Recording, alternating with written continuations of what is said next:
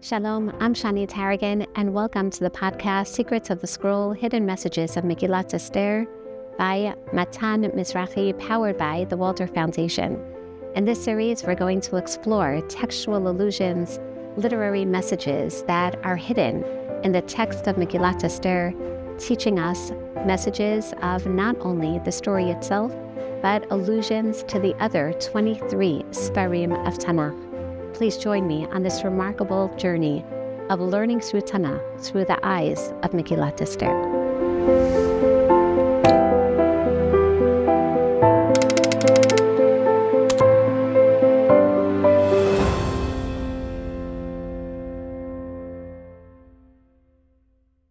Hello, wonderful listeners and learners. By now, I think after 20 episodes, we can actually call one another friends. Definitely chavrutot in learning. So firstly, I want to thank all those who have been listening to the podcast of the Secrets of the Scroll of Esther until now and have really enjoyed and said, we're going to give it even that extra hishtadlot. We're going to listen to another one that relates more to Torah Shebaal Peh, as indicative through the title, from Sefer to Scroll, referring not just to a Sefer in Tanakh, to Megillah, but really to Masechet Megillah, which is based not just on Purim. We really should call this, as we have a Masechet Rosh Hashanah and a Masechet Yoma and Psachim, we should really call this Purim.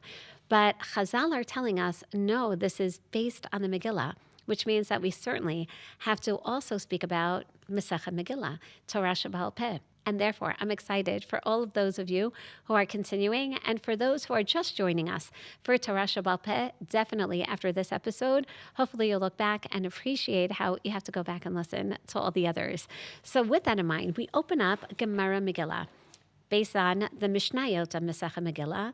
And we expect that this tractate, like all the other tractates of Torah Shebaal Peh, are going to relate to the intricacies of the laws of Purim, are going to speak about the halachot themselves. And in fact, we do find that the first few dapim, really do take us through and when and how does one celebrate Purim. And we already see a very interesting transformation, almost a continuation from exactly where the Tanakh left off, where Torah Shebaal Peh continues. Namely, the story of Megillah Esther ends with the various developments over the years of how Purim as a celebration, how the days of Purim were celebrated. For example, when we open up Perek Tet of Megillah Esther, which generally, especially outside of Yerushalayim, people are very hungry and tired when they read this, the very end tells us that because of the victory of Yud Gimel, the day of the initial genocide of the Jewish people, that we were able to defend ourselves and ultimately kill all those who stood up against us. So we celebrated on Yud Daled, but in Shushan, where they fought Yud Gimel and Yud Daled, they celebrated on the 15th. Then, the year thereafter, Al Kain Hayudim HaPrazim Hayoshvim Barei HaPrazot. So therefore, all the different cities and villages that were spread about, that generally didn't have so many people living in them in those cities at once, Osim et Yom Arba'asar L'Chodesh Adar Simcha U'Mishteh B'Yom Tov. So the way that most people living outside of the cities, basically in the suburbs, again, which generally we understand as spread out cities, and Chazal, when we open up Masechet Megillah, understand them as unwalled cities. They would celebrate on the 14th by declaring the day a Yom Tov and Mishloach Manot Ish L'Reyehu, together with Simcha and Mishteh. Vayachtov Mordechai et Hadvarim ha'eleh, but Mordechai basically changed it when he wrote this down, almost to preserve this day of celebration for posterity. He wrote the following: L'kayem alehem, liot osim et yom 14 l'chodesh adar ve'et yom 15 bo. Mordechai instituted that this become a 2-day holiday, very indicative of what we know as Yom Tov Sheni Shagaliot. Let's celebrate on the 14th and on the 15th. Not only that, Kayemim asher nachu behem hayudim oibehem v'hachodesh asher napach lahem mi'agon l'simcha me'evel Yom Tov lasot otam yimei mishteh v'simcha. The whole month is going to be a happy month. Mishenachnas adar marbim b'simcha. But also, these 2 days are both going to be celebrated as Yemei Mishteh V'Simcha and Mishloach Manot Ish L'Reyehu and Matanot Levionim, and recorded in Megillat Esther is the acceptance of this law. V'kibel hayudim et asher hechelu lasot, meaning they continue to celebrate on the 14th, which is what they were always doing, in addition to what Mordechai enacted, which is also celebrate to remember how the people in Shushan celebrated, which was on the 15th.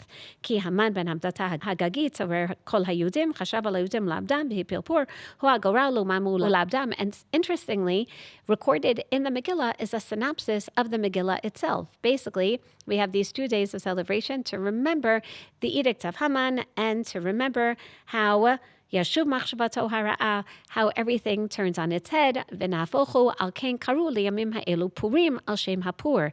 Al kain al kol divrei ha'igeret hazot umara'u al kacha umahigia alehem, based on what's written in this igeret. So now we understand a little bit more how Chazal are basically continuing literally Megillat Esther by calling it Masechet Megillah. They basically are saying we're not now going to write Torah Sheba'al Peh on this actual holiday. We're actually going to continue the story of the Megillah. In other words, the very opening of Masechet Megillah teaches us about different days wherein one may read the Megillah. It's really about the Megillah. Chazal are almost continuing or writing an appendix, an epilogue to Megillat Esther, and basically telling us the story is continuing. The enactment of the law is continuing. But then we're all the more surprised when, after discussing some of the nature of the development of the law as it continued, not just a few years, but hundreds of years after the story of Esther, we then turn to Daf Zayin. And this is where Chazal now teach us that there was an entire debate whether or not Megillat Esther should be canonized, as we mentioned in our very first episode, if you remember, that Esther had to be the one to explain to the Chachamim kivuni lidorot and kitvuni lidorot to establish the holiday and also to canonize her Sefer. So this is a little strange that after already discussing the development of the holiday, the Gemara is then going to tell us about the actual machloket, whether or not this entire tractate, which is based on Megillat Esther and Tanakh, whether it's even valid by virtue of the fact that it wasn't even clear whether or not Megillat Esther should be canonized as one of Chavdalit Sifrei Tanakh. And then we hear how Esther basically pleaded with the Chachamim throughout the generation to not only canonize her Sefer based on different allusions that we have to again, different texts as mentioned in Sefer Shemot and in Sefer Devarim and in Sefer Shmuel. But then when we do hear that, okay, is Esther going to be Metame Yadayim? Is Esther not going to be Metame Yadayim? Is Esther written Baruch HaKodesh? Is Esther not written Baruch HaKodesh? Meaning, should this even be one of the Ketuvim? Should this be perpetuated for all times? Did the Kohanim during the time of the second Beit HaMikdash actually teach Megillat Esther? Yes or no? And the Gemara continues with this discussion, which is truly remarkable, speaking then not only about Esther and Ruach HaKodesh, but then continuing with regard to even other Sfarim and how to understand Nevuah. In other words, this seems to be an entire interpretation as to how to understand the process of canonization, basically the ends of the time period of the written Tanakh and what's going to be perpetuated for generations yonder. And then immediately after that, we have, or I should say, a few dapim after that, starting Daf Yud, in addition to discussing the nature of prophecy, then we have all different allusions, starting from Vayhi b'mei Achashverosh. We basically have dapim discussing midrashic interpretations of Megillat Esther, so much so that albeit we know we have different discussions of interpretation of psukim throughout Torah Sheba'al Peh, but never such a concentrated version, literally taking us pasuk by pasuk, as if we're reading a compilation of midrashei Agadah and not even midrashei halacha. And then on Daf Yudalid, we have the continuation of the discussion, not only of how Purim is going to be celebrated, but even whether Hallel should be said on this Purim, and we don't say Hallel on Purim, both because it was in Chutz La'aretz and also because we still remained second-class citizens in Persia. And then there's an entire discussion as well with regard to how we understand which nevuot are written down, which ones aren't written down. Basically, we have a very interesting and unique Masechet of Torah Sheba'al Peh, which is written as a continuation of Megillat Esther, not just as an interpretation, but literally an elaboration on the Megillah. So if one looks carefully, one really notes that what Masechet Megillah really is coming to teach us are not just the development of the halachot of not Purim, but literally Megillah, how and when to read the Megillah, how to celebrate what's mentioned in the Megillah, but is rich with allusions. That not only Megillat Esther, but also Masechet Megillah is going to teach us how to learn Megillat Esther. Make sure that you appreciate the allusions both to not only stories in Tanakh, but also to understand that the entire Megillah is really referring to previous stories, is referring to all the events that happened before it. And therefore, I like to posit that Masechet Megillah is really teaching us how Megillat Esther is the end of the time period of Nevuah and Ruach HaKodesh, and as such is revisiting, as we've been discussing for the past 20 episodes, revisiting all the different Sefarim of Torah, Nevi'im, and Ketuvim. And then Masechet Megillah is going to be that transition from the end of Torah Shebachtav to Torah Sheba'al Peh, or what scholars would call the transition from biblical Judaism to Rabbinic Judaism, to life really with the Beis HaMikdash, to life beyond the Beit HaMikdash. Now that's a little strange, considering that the beginnings of Torah Sheba'al Peh really do take place at the same time as Megillat Esther, with Anshe Knesset Hagdola, with the rebuilding of the second Beit HaMikdash. So what does that mean? That the Masechet is teaching us how through Torah Sheba'al Peh we continue to have Judaism even without a Mikdash, and how we're going to celebrate. Basically, they look back to Megillat Esther, which is a story of Jewish survival and salvation, not just without a Beis HaMikdash, but in exile. So Chazal, at the time, basically, of the writing of Torah Sheba'al Peh, already during the time, as we know, of the early Zugot and the time of towards the end of the second Beit HaMikdash, when we've already had the invasion of Pompeii, when they can already foresee how the autonomy of the Beis HaMikdash was stripped and basically put in the hands of the Sadducees and the Romans, how at that point Chazal are saying, wow, let's continue literally Torah Shebachtav through Torah Sheba'al Peh, and now we're going to put Torah Sheba'al Peh in writing as well, and we're going to model Torah Sheba'al Peh after the last of the holidays, or basically after the last of the works in Tanakh, namely Megillat Esther. Now, one should argue, but wait a second. After the time period of Megillat Esther, we still have Ezra, Nehemiah. We still have the end, really, of the recordings of Divrei Hayamim. It's true. But when we hear about Ezra, we have numerous allusions to the Nivot of Haggai and Zechariah. Chazal actually preserve the persona of Ezra as the Navi Malachi.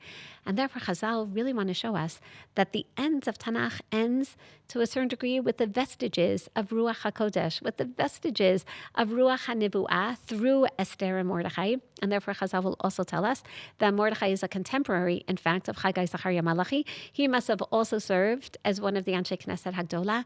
And then Masechet Megillah basically continues Megillat Esther historically and says, okay, now we're going to teach you, just like Megillat Esther taught you about Jewish survival in exile without the manifestation of miracles, without a mikdash, and how we can learn these messages by looking back at history, and how the Navi Malachi already told us that we have to write it down. So Megillat Esther is teaching just as we have to write down the stories and take Ba'al Peh, put it into writing in Megillat Esther, call it a Megillah. It's about a scroll, but through the scroll, you'll remember all of Torah Shebachtav. You'll remember all of the other Chav Gimel Sifrei Tanakh. So too, Masechet Megillah says, so now let's continue and show how you can also take all of Torah Sheba'al Peh, all of the oral transmissions that have been going on from the time of Ma'amad Har Sinai, and how that also is going to be put to a Megillah or a pseudo-Megillah form, basically how it's going to engage us in interpretation and commentary, and is going to ultimately be put into writing through Masechet Megillah and through all the other Masechtot of Shisha Sidrei Mishnah. And therefore, what we find is that the Masechet itself is going to linger over the Midrash of the Megillah. It's basically going to be involved in the same work that we all did over the past few weeks, which is to understand the allusions, which Chazal will also appreciate as intertextuality. Look at Megillah Esther parallel to every other Sefer in Tanakh, and therefore, for example, Vayhi bimei Achashverosh, Chazal will learn every time in Tanakh that you hear the word Vayhi based on Megillah Esther, it must be miyuad leparanot, Vayhi bimei Shvot HaShoftim, Vayhi ra'av ba'aretz. Similarly, during the times of the Shoftim, when there was a famine, Chazal already are reading allusions in Megillat Esther to Sefer Shoftim and basically encouraging that we read it as intertextual, as side by side, in order to ensure the perpetuation of Torah Shebechtav through basically Masechet Megillah, through Torah Sheba'al Peh. And as such, we find that not only will there be numerous midrashim mentions with all of these allusions, but also hidden genealogies and textual associations. And each one, basically, of the dapim of Masechet Megillah is going to also teach us not just what's written in the Megillah, but how to not just read the Megillah formally, halachically, but also how to understand Megillat Esther. And that's exactly the relationship between Torah Sheba'al Peh and Torah Shebechtav, trying to understand what's written in not just the Torah, Chamisha Chumshei Torah, but basically what Torah Sheba'al Peh does is try to elicit from certainly the Torah and also from Nevi'im and Ketuvim all the possible interpretations to understand not only how halachically, halichot olam lo, how to literally walk and behave, but ultimately also how to perpetuate these ideas, the theologies, the lessons that we learn not just from Megillat Esther, but from all of the writings of Tanakh.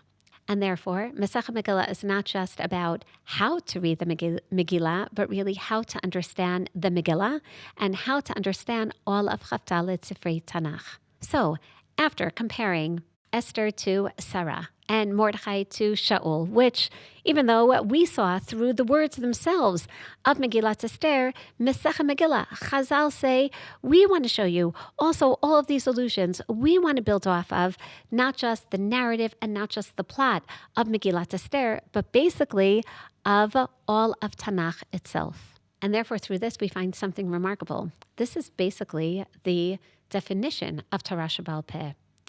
Rereading psukim, interpreting psukim, filling lacunae, not just in history, but within the spaces, reading between the lines, understanding the messages that have to be delivered orally and aren't necessarily so clearly indicated within the text itself.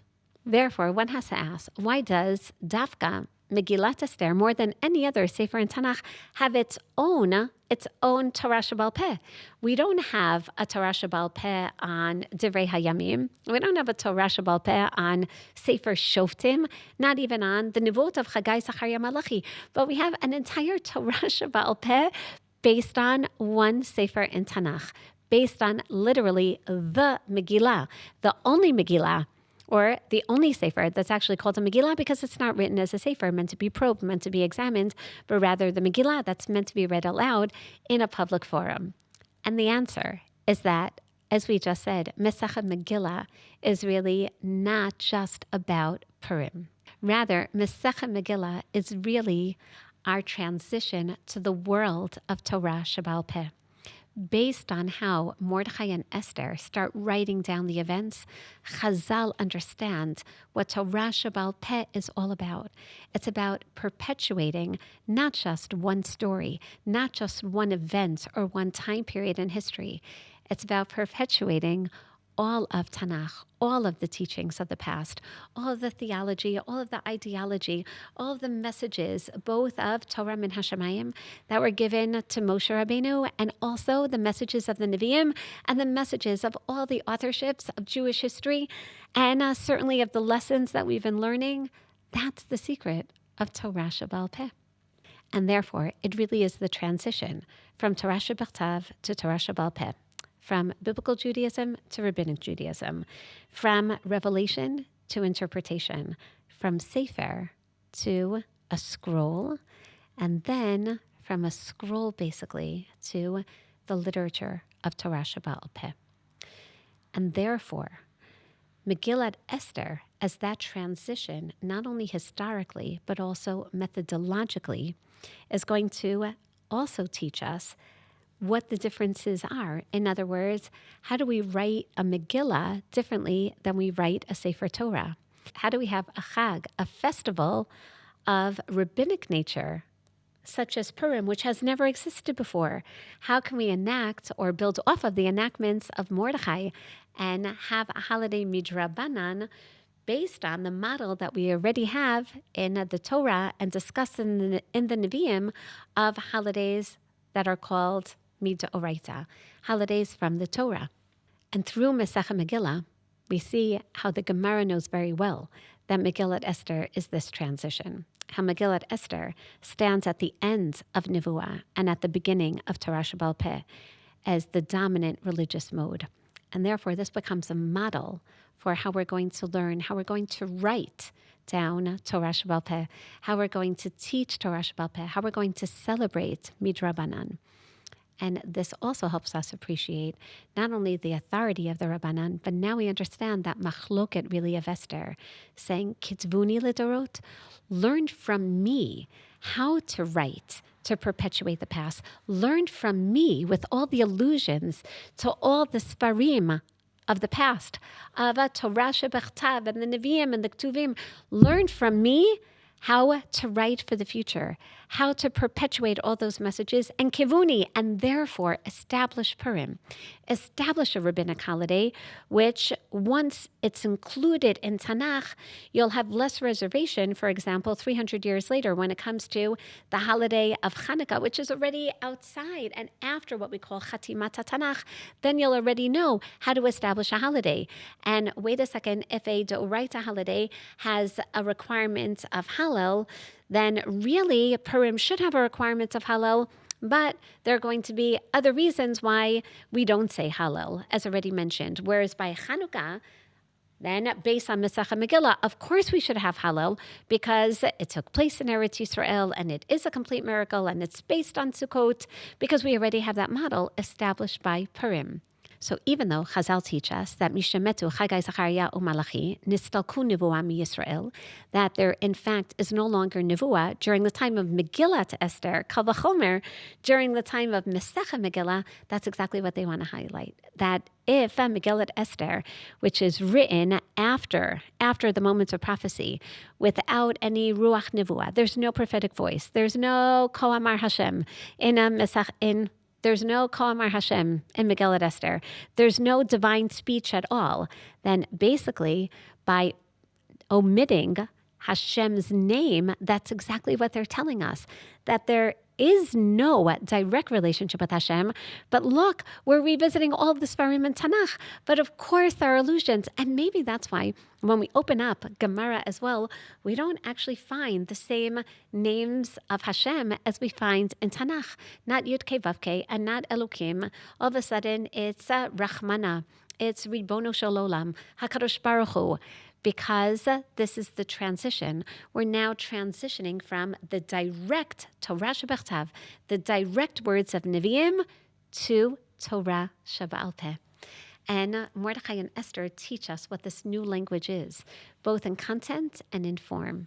And yet, how do we understand Megillat Esther, which in the end, Esther pleads, Kivuni and Kitvuni Lidorot, it is canonized as one of the Ktuvim, and it's read publicly, and it's granted in Masechet Megillah, it's granted halachic authority, which, if we look at it, actually creates an unprecedented situation, because for the first time, Chazal had to answer a new question.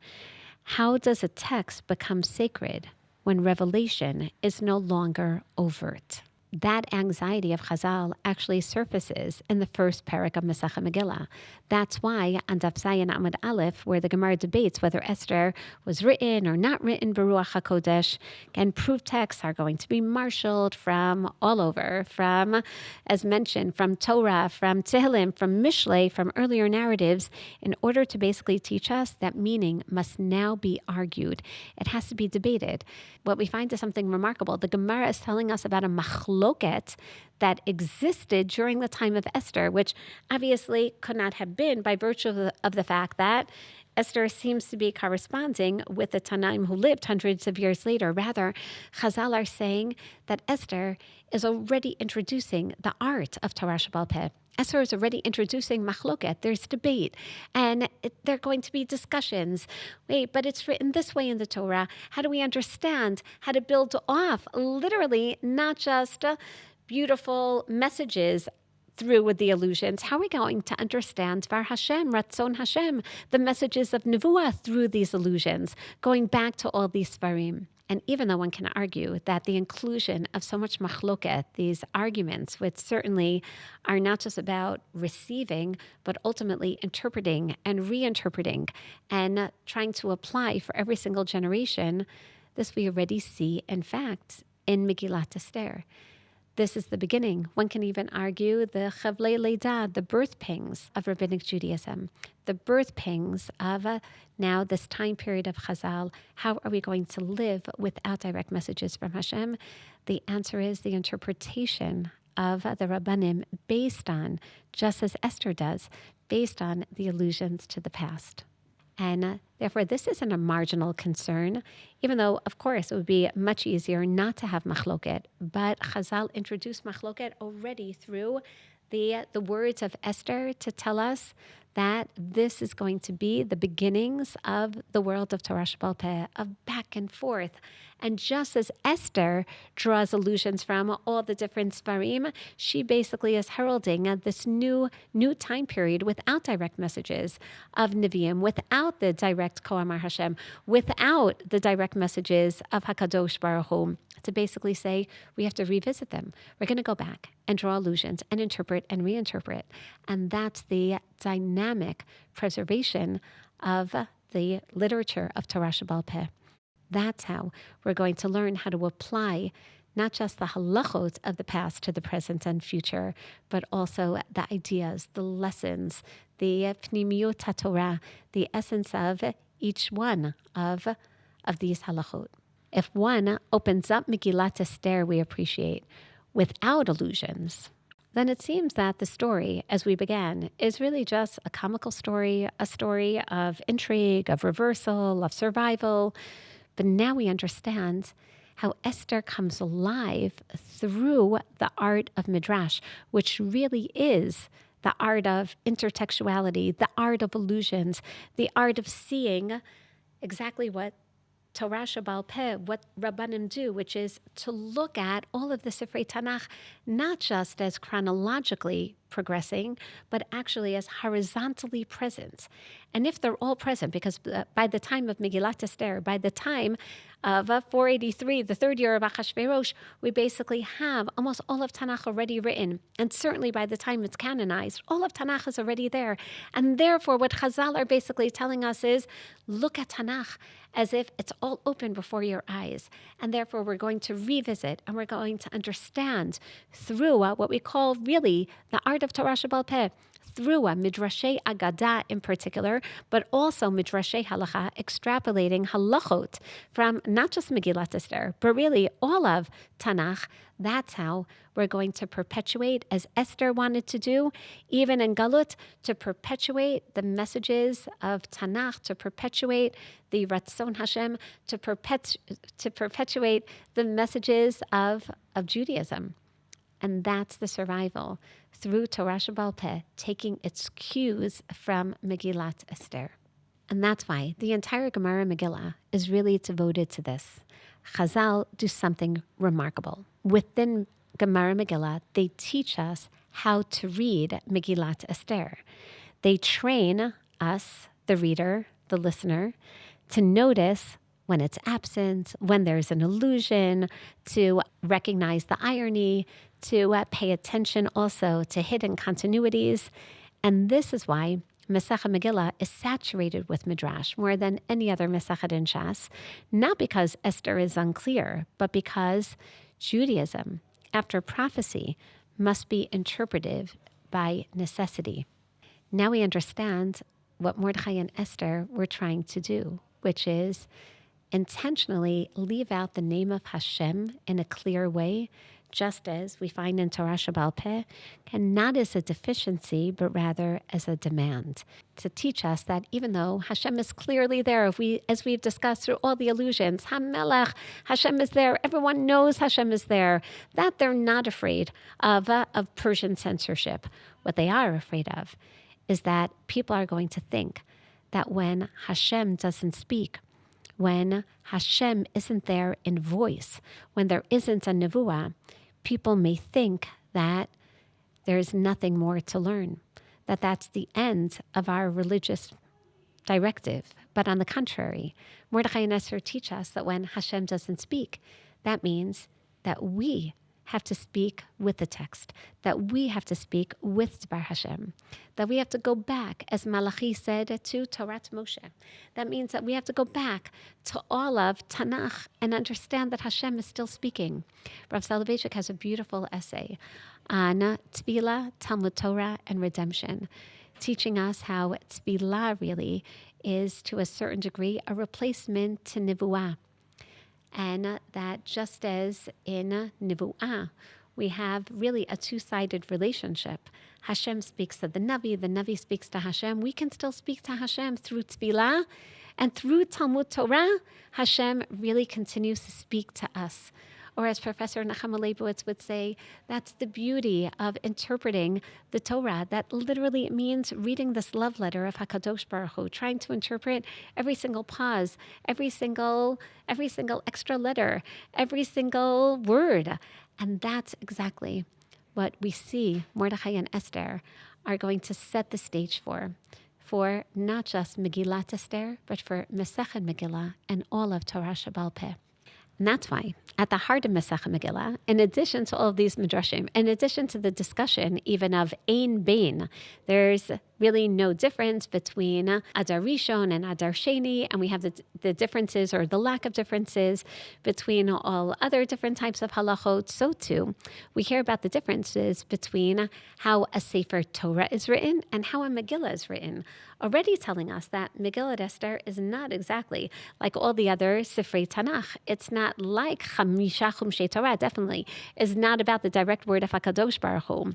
And therefore, we have a series of very technical sounding halachic discussions about ink and lines and stitching and order and writing from memory or not writing from memory. But now we understand that these are not merely procedural halachot, but rather they're deeply ideological.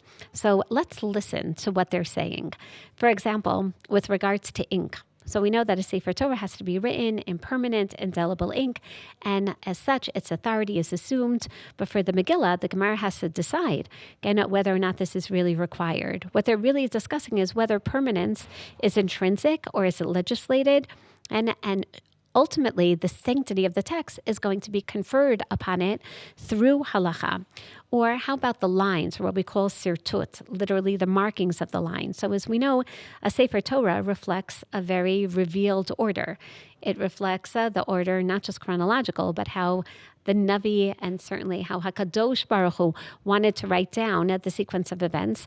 Whereas the Megillah tells us a story of chaos and concealment and reversal.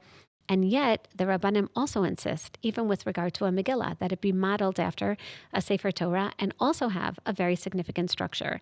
Basically, they're modeling something very essential, namely that Torah Shebaal Peh, or again, Rabbinic Judaism, really imposes order on what we can even call historical contingency, meaning is no longer revealed just as a whole, but it's aligned, it's stabilized, it's very disciplined, which brings us also to the halachot of the stitching of a Sefer Torah versus a Megillah.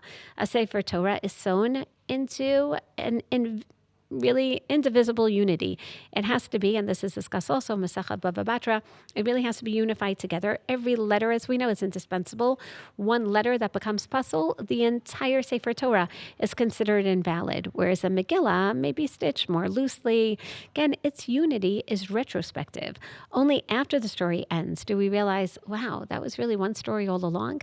The story that begins in the 3rd year of Achashverosh, that continues in the 7th year of Achashverosh. Next thing I know, the plot of Haman only begins in the 12th year of Achashverosh. Oh, wow. I don't even see until the end the relationship between Esther coming into power. Again, and only then do I understand the Vashti story. I only understand the party of Vashti and her selfishness leading her to disobey the king, to Esther disobeying the king due to selflessness, but I only appreciate that first story at the very end. So too, that's exactly what not only Mordechai and Esther are teaching, but ultimately how Chazal are looking at Megillah and Torah Shebaal Peh. That Jewish history, even after prophecy, coherence is there, it is there, but sometimes we don't see it right away. But we look back at Jewish history and we understand how megagalin zchut al yedei zakai, v'chova al yedei chayav. We understand, as Rav tells us, that b'chol dor vador, omdem aleinu l'chalotenu. We understand that history really is a sine curve, and therefore Megillat Esther, which may have so many other different scenes, ultimately, like a Sefer Torah, where it's clear that it's one intrinsic whole, we see that only post facto in the Megillah as well. Or how about writing in order? A Sefer Torah has to be written sequentially, and the Gemara even questions this with regard to Esther, because Esther itself teaches us that you can really only understand the story at the end. So the halacha will mirror this theology. And how about writing a Sefer Torah and a Megillah from memory? So a Sefer Torah, one is not allowed to write from memory. You need a Sefer, a scribe, who will literally articulate every single word from a written Sefer Torah and then write. And the Gemara debates this with regard to a Megillah. And ultimately, in the end, insists also on a written exemplar. And the question is why? Basically, one could technically remember a story from memory, but what they want to show us is that when it comes to interpretations and even allusions to other Sefarim in Tanakh, even Torah Shebaal Peh, basically is going to be authoritative. It is going to be there through Torah Shebaal Peh, and at the same time, it's going to be anchored in the Kedusha of a Sefer Torah. It's going to be anchored, Torah Shebaal Peh, and all of the halachot midrabanan, as Chazal teach us, everything that the Rabbanim establish, Kol Tiken Rabbanan Ke'en to Oraita Tiken. And I think that this is probably the summary of what Masechet Megillah is all about, based on Megillat Esther. They're saying everything that Mordechai and Esther did basically is based on, as we already know, the allusions to 23 other Sefarim in Tanakh. And therefore, we're going to establish gezerot, takanot, midrabanan of a rabbinic nature, including this holiday of Purim, based on Megillat Esther, based on the model of Torah Shebachtav, based on the model of T'oraita.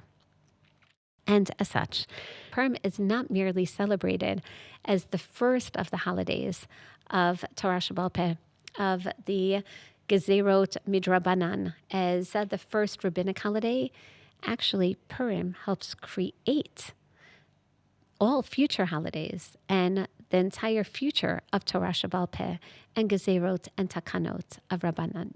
But here's the interesting caveat, and that brings us back to the differences between Esther and Mordechai's Purim and Chazal's Purim. Esther and Mordechai said, a 2-day Purim in Chutz La'aretz. Everyone should celebrate what was celebrated in the dispersed cities and what was celebrated in Shushan, the Ir HaBirah. And Chazal say, no. In Eretz Yisrael, we celebrate 1-day holidays. So the distinction is going to be that on the day that most people celebrated Purim, which was on Yud Daled, they'll continue to celebrate on Yud Daled. On Tet Vav, they'll celebrate only in walled cities from the time of Yehoshua ben Nun.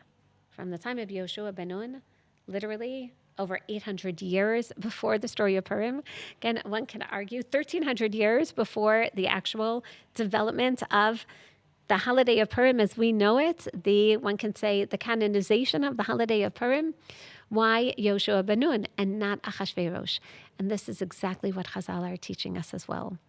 Mordechai and Esther, we're talking about how to survive in Galut based on all the messages of Torah Shabachtav, all the messages of Nevi'im and all the other Ketuvim. But when it comes to Torah Sheba'al Peh again reshapes again the sacred time and basically says that the future. Yes, thank you so much, Mordechai and Esther, for perpetuating all those messages until that point through Galut, through exile. But if it's going to be perpetuated for the future, then we have to bring it back to Eretz Yisrael, to the beginnings of our autonomy and sovereignty in the land of Israel. That for the next thousands of years, until we have a Beit HaMikdash again, until we have the restoration of Nevuah, we're going to need the power, literally, of perpetuity that comes from Eretz Yisrael. And that's why in Masechet Megillah, there's an entire discussion as well with regard to Kedusha Rishona, Kedusha Shnia, what was exactly established by Yoshua ben Nun, what type of level of holiness continues, what had to be regenerated, specifically through Yishuv Eretz Yisrael, specifically through the Jews returning to the land of Israel.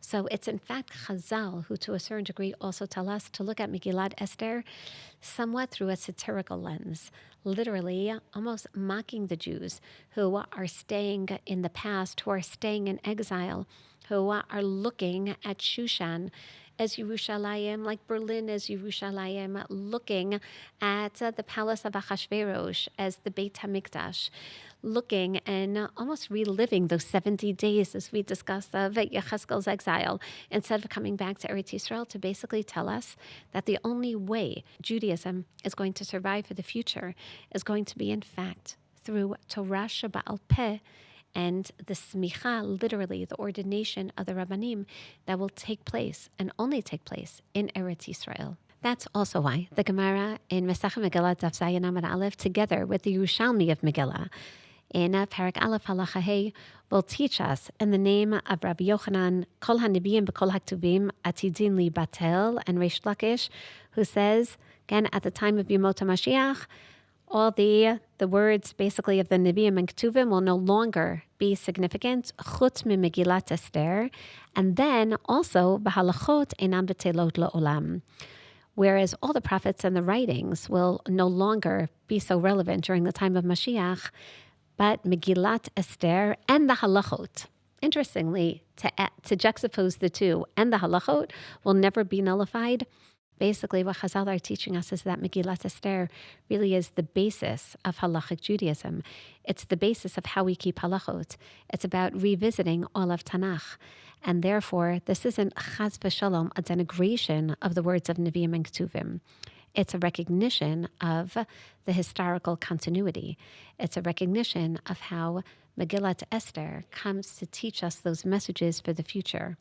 And therefore, those prophecies will really be perpetuated through Megillat Esther, just as halachot will learn how to live, how to behave based on the halachot, based on the interpretation of the Rabbanim, just as Mordechai and Esther told them, look back at what's already been written and interpret and reinterpret and apply for every generation.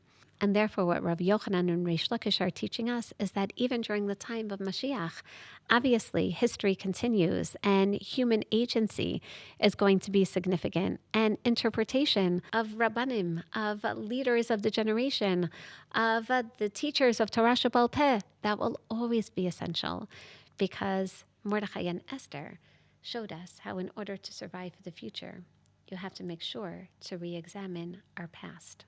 And that's why Megillat Esther can never become obsolete, because it's the key.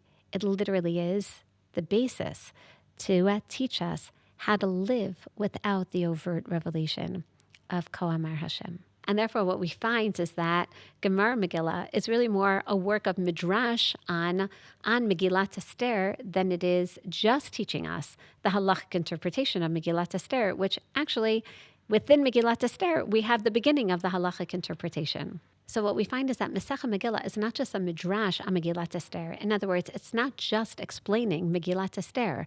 Rather, it's explaining itself. In other words, Masechah Megillah is explaining exactly what a Masechet in Shas is. It's explaining what Torah Sheba'al Peh is, and that is the perpetuation of teachings, the interpretation of all of Tanakh through the eyes of Chazal, interpreting and reinterpreting with a dynamic, not just solutions, but dynamic machloket, and trying to appreciate how and when and where to ensure that the model based on Torah Shebachtav, the model, for example, of how a holiday is established, is going to continue for generations to come. This is the Masechet that teaches us not just the transition from a Sefer to a scroll, but from a Sefer to a scroll to survival. It teaches us how Judaism survives and thrives even after prophecy ends. So where revelation and where words of Nevi'im once sanctified not just the text, but literally the basic daily lives of all of Am Yisrael, that's where halacha now performs the work. Where Hashem or Nevi'im once spoke, now we listen, now we interpret, now we remember.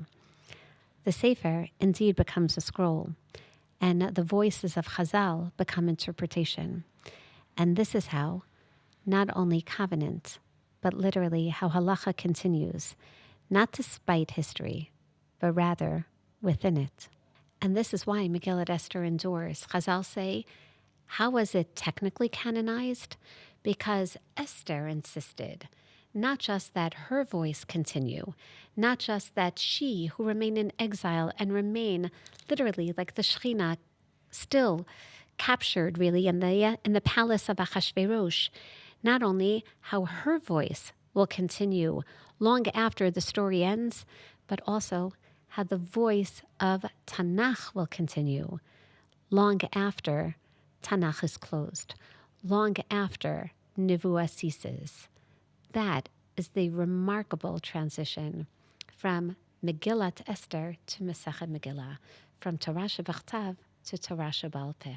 And that's why Megillat Esther endures, because she insisted, Kitvuni lidorot, and once you write me, then kivuni lidorot, then that's how you're going to establish not just me, that's how you're going to establish any story, any lesson, any halacha, any holiday for future generations, because you're going to remember how we did this. You're going to remember how we survived without having a direct voice of a Navi. How did we survive? We basically opened up the other 23 Sefarim in Tanakh and we incorporated it as the secret language.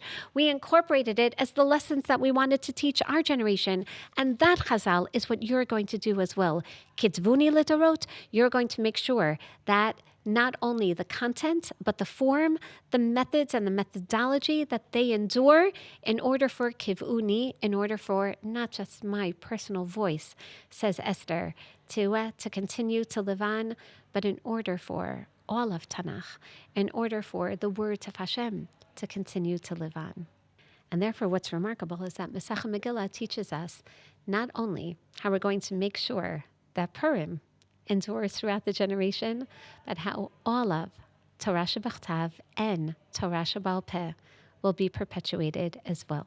It's not by chance that Masechah Megillah ends with the following: Vayidaber Moshe et Moadei Hashem el Bnei Yisrael mitzvatan shiyu korinotan kol echad ve'echad bizmano. That Chazal will learn from the way that Moshe Rabbeinu wrote about the Moadim in the Torah, in a Sefer Vayikra, how we hear how he taught about each one of the Chagim, each one Bizmano, Tanu Rabbanan, and therefore, explained Chazal, we learn from the way that Moshe taught about the Moadim, Moshe tikein lahem liyisrael sheyu shoalim v'zorshin b'inyano shel yom, hilchot Pesach b'Pesach, hilchot Atzeret b'Atzeret, hilchot Chag b'Chag, literally teaching how, based on the way that Moshe taught the halachot, that's how we understand Moshe's takana of the past, to learn the halachot as you approach the holiday, and therefore Chazal institute in Torah Sheba'al Peh, that's how we're going to address the holidays as well, based on the way that Moshe spoke about the holidays, to just think about the beautiful perpetuation of not just Masechet Megillah, but all of Tanakh through Torah Shebaal Peh. Masechet Megillah tells us, so if you really want to understand the holiday of Purim, you have to go back to the Megillah, which goes back to all of Tanakh. And if you want to understand then how to learn about Purim, really the secret is not just Megillat Esther. The secret is to go back to the word of Hashem. Hadran alach Masechet Megillah. May we always have the zchut to go back. May it always be beautiful. May we see, like the Pri Eitz Hadar, the new etrogim on the tree. May we appreciate the chidushim. May we always go back, not just to the past, not just to Masechet Megillah with all of its beauty, but may we, in fact, adorn ourselves with the beautiful ornaments of all of Chavdalet Sifrei Tanakh through Masechet Megillah, which learns to do exactly that through Megillat Esther. And if we adorn ourselves with all of Chavdalet Sifrei Tanakh, then we will be like the Kala on her wedding day, Biyom Chupata, Biyom Simchat Liba. Then that's how we are going to continue to celebrate both Torah Shebachtav and Torah Shebaal Peh. And with that, not only with that transition, but now uncovering not just the secrets of the scroll, but the secrets of Torah Shebachtav and Torah Shebaal Peh, there's no other way to celebrate than to have the most joyous and uplifting Chag Purim Sameach. Chazak, chazak, v'nitchazek. Thank you for joining us for Secrets of the Scroll with Rabbanit Shani Targin. This series is presented by Matan and World Mizrahi and powered by Walder Foundation. We hope today's conversation inspired you, sparked new ideas, and deepened your connection to the text and its meaning. If you enjoyed this episode, please take a moment to like the video, subscribe to the channel, and share it with your friends or family who would appreciate these conversations. Your support helps us continue bringing thoughtful, meaningful Torah to the wider audience. We look forward to learning together again soon. See you in the next episode of Secrets of the Scroll with Rabbanit Shani Targin.